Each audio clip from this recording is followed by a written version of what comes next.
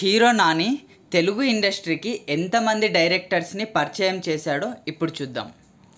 అలా మొదలైంది మూవీతో నందిని రెడ్డిని ఇంట్రడ్యూస్ చేశాడు. ఈ మూవీ ఇప్పటికి చూసినా అస్సలు బోర్ కొట్టదు. నందిని రెడ్డి డైరెక్షన్లో ఇంకా చాలా మంచి మూవీసే వచ్చాయి. నెక్స్ట్ నాగశ్విన్ గారిని ఇంట్రడ్యూస్ చేశాడు. ఈయన ప్రజెంట్ ప్రభాస్ గారితో కల్కి 2898 AD మూవీని అయితే తీస్తున్నాడు. ఇది వరల్డ్ వైడ్గా రిలీజ్ అవబోతుంది. అయితే నాగశ్విన్ గారితో నాని గారు ఎవడే సుబ్రహ్మణ్యం అనే ఫీల్ గుడ్ మూవీని అయితే తీశాడు. ఈ మూవీ చాలా లైఫ్ లెసన్స్తో పాటు ఎమోషనల్గా ఫన్నీగా చాలా బాగుంటుంది.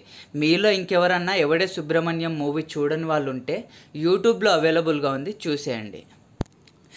నెక్స్ట్ శ్రీకాంత్ ఓడేలా, ఈయనతో దసరా అనే మూవీ తీశాడు. అసలు ఈ మూవీలో నాని మ్యాథ్స్ యాంగిల్ వేరే లెవెల్లో చూపించారు. అండ్ ఈ మూవీ నాని కెరియర్లో ఫస్ట్ 100 crore కలెక్ట్ చేసిన మూవీ. అండ్ వీళ్ళిద్దరి కాంబినేషన్లో మరో మూవీ రాబోతుందంట. నెక్స్ట్ డైరెక్టర్ శౌర్యవ్, ఈయనతో హాయ్ నాన్న అనే మూవీని తీశాడు. ఎంత ఫీల్ గుడ్ ఉంటుందో అంతే ఎమోషనల్ రోలర్ కోస్టర్ రైడ్లా ఉంటుంది మూవీ. నాని గారిని మీరు ఎక్కువ కొత్త డైరెక్టర్స్తో ఎందుకు పనిచేస్తున్నారు, పెద్ద డైరెక్టర్స్ మీకు ఛాన్స్ ఇవ్వట్లేరా అని ఒక రిపోర్టర్ క్వశ్చన్ అయితే అడిగాడు. అయితే ఆయనకి రిప్లైగా నాని ఏం చెప్పారంటే, నేను ఒకప్పుడు కొత్తవాడినే కదా, నాకు వేరే వాళ్ళు ఛాన్స్లు ఇవ్వడం వల్లనే నేను ఇక్కడ ఉన్నాను, అందుకే ఇప్పుడు నాకు వేరే వాళ్ళకి ఛాన్స్ ఇచ్చే టైం వచ్చింది, అందుకే నేను కొత్త వాళ్ళతో యాక్ట్ చేయాలనుకుంటున్నా అనేసి కమెంట్స్ అయితే రిప్లై ఇచ్చాడు.